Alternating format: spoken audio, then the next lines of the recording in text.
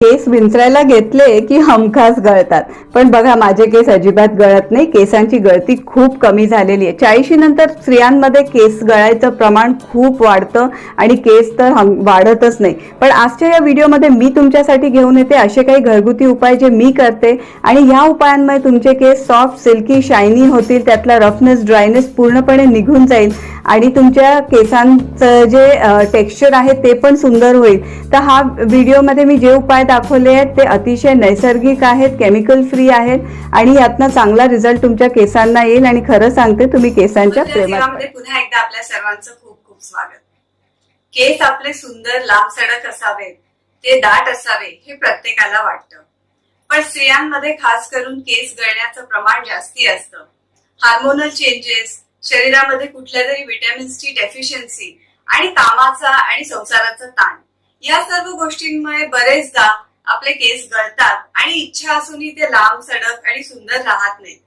आपले केस चांगले राहण्यासाठी आपला शारीरिक आरोग्य तर चांगलं पाहिजे, मानसिक आरोग्य चांगलं पाहिजे आणि चांगल्या पोषक आहाराची सुद्धा त्याला जोड दिली पाहिजे. त्याची काळजी घेताना 3 गोष्टीचा समावेश आपल्या हेअर केअर रुटीन मध्ये असणं फार आवश्यक आहे.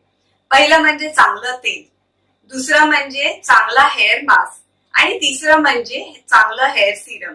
या तिन्ही गोष्टी जर का आपण व्यवस्थित फॉलो केल्या तर नक्कीच आपल्या केसांच्या आरोग्यामध्ये चांगला बदल दिसून येतो. पण आजच्या या व्हिडिओमध्ये मी तुमच्यासाठी घेऊन येणारे असे काही छोटे छोटे उपाय ज्यांनी तुमचं केस गळ्याचं प्रमाण बऱ्यापैकी कमी येऊ शकतं. या उपायांनंतर जरी केस गळत राहिले तर शारीरिक काही कमतरता आहे का याची तपासणी नक्की करा. तर आजचा हा व्हिडिओ आपण चालू करूया.